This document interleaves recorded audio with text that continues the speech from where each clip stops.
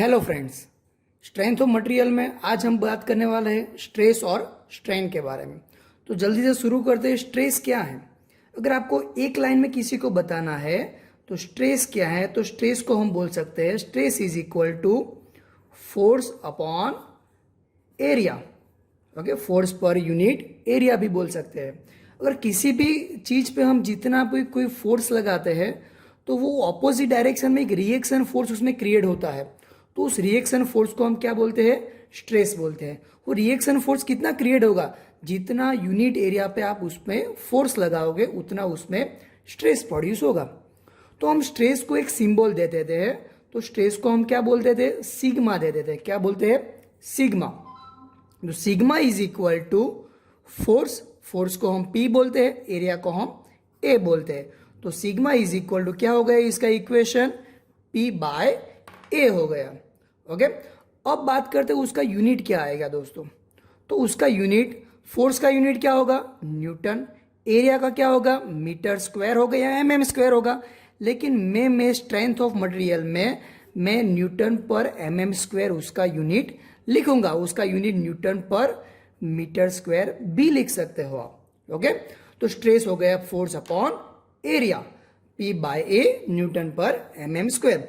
अब बात करते हैं टाइप ऑफ स्ट्रेस के बारे में। दोस्तों स्ट्रेस के टाइप्स कितने हैं? तो पहली बात करते हैं टेंसाइल स्ट्रेस। तो टेंसाइल स्ट्रेस क्या है? कि किसी बॉडी पे हम टेंसाइल फोर्स अप्लाई करते हैं। कौन सा force? Tensile force. Tensile force कैसा होता है? उसको हमें खींचना है, ओके, पुल करना है।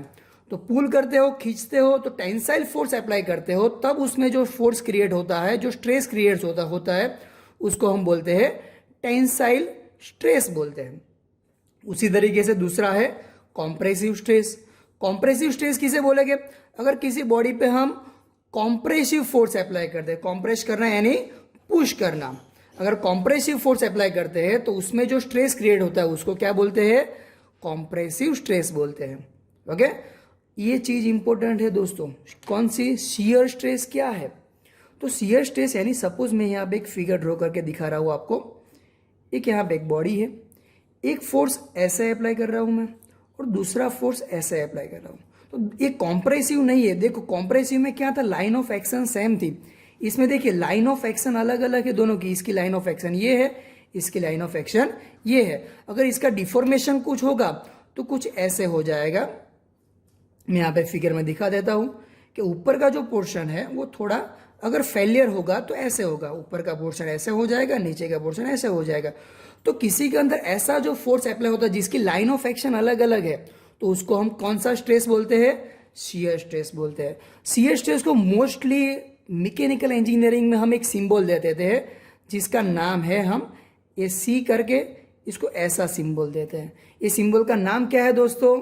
इसको हम बोलते हैं टाउ बोलते हैं। क्या? टाउ। ओके, टाउ नहीं, ओके, क्या है? टाउ बोलते हैं, TAU, टाउ बोलते हैं। ओके, ये ध्यान रखिएगा।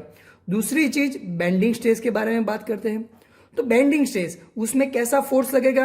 अगर किसी बॉडी पे हम बेंडिंग फोर्स, वो बेंडिंग फोर्स कैसा होता है? सपोज मैं आपको सिंपली सपोर्टेड बीम दे देता हूं, तो सिंपली सपोर्टेड बीम पे मैं यहां पे कोई फोर्स अप्लाई करूंगा तो उसका कुछ ऐसे बेंड हो जाएगा। ये बीम जो है वो ऐसे बेंड हो जाएगा। अगर कैंटिलीवर बीम है तो उसमें भी मैं यहाँ पे फोर्स अप्लाई करूंगा तो उसका भी बेंडिंग ऐसे होगा। तो इसके अंदर जो स्ट्रेस क्रिएट होता है वो कौन सा स्ट्रेस है? बेंडिंग स्ट्रेस है। कौन सा स्ट्रेस है? बेंडिंग स्ट्रेस हो गया। ओके, उसको सिग्मा बी भी बोल सकते हो। आगे आप चैप्टर में जाओगे तो कहीं पे उसको स्मॉल f भी लिखा होगा। क्या? Small f।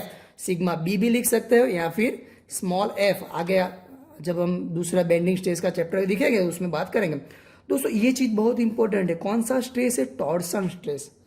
दोस्तों आपने देखा होगा कि जो कोई मोटर होती है, मोटर में से मशीन में बीच में शाफ्ट लगा होता है, आपने देखा होगा। ओके, ऐसा कुछ शाफ्ट। शाफ्ट क्या होता है? यहां से रोटरी मोशन, ट्विस्टिंग फोर्स लगाता है। ओके, और क्या करता है? यहां से दूसरी जगह पे पावर ट्रांसफर करता है। तो शाफ्ट को ऐसे जब ट्विस्टिंग फोर्स, जो उसको टॉर्क भी बोलते हैं हम, ओके, तो ऐसे ट्विस्टिंग फोर्स अप्लाई करते हैं तो उसके जो शाफ्ट के अंदर जो स्ट्रेस क्रिएट होता है जब वो पावर ट्रांसफर करता है तब। ओके, तो उसको हम कौन सा स्ट्रेस बोलते हैं? टॉर्शन बोलते हैं। एक अलग चैप्टर स्ट्रेंथ ऑफ मटेरियल में हमारा टॉर्शन का एक अलग चैप्टर ही है दोस्तों। ओके दोस्तों, अब हम बात करते हैं स्ट्रेन के बारे में। आज का हमारा टॉपिक ही दूसरा जो स्ट्रेस के बारे में देखा, हम बात करते हैं स्ट्रेन। तो दोस्तों स्ट्रेन क्या है? मैं सिंपल एक आपको एक शाफ्ट दे देता हूँ, यहाँ पे फिगर ड्रॉ करके दिखा देता हूँ। यहाँ पे मैं टेंसाइल फोर्स दे देता हूँ दोनों के बीच में।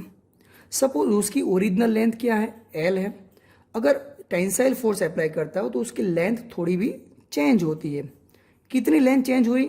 डेल्टा एल जितनी लेंथ उसकी चेंज होती है। तो स्ट्रेन क्या बोलता है? स्ट्रेन की डेफिनेशन क्या है?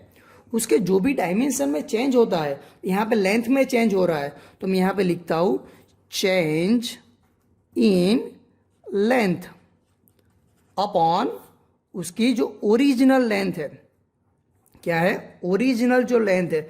सिर्फ लेंथ के बारे में स्ट्रेन है, कोई भी डायमेंशन में जो चेंज हो रहा है अपन उसका जो ओरिजिनल डायमेंशन है, उसका जो रेशियो है, उसको हम क्या बोलते हैं? स्ट्रेन बोलते हैं। तो यहाँ पे मैं लेंथ ले रहा हूँ तो change in length upon original length लिख रहा हूँ।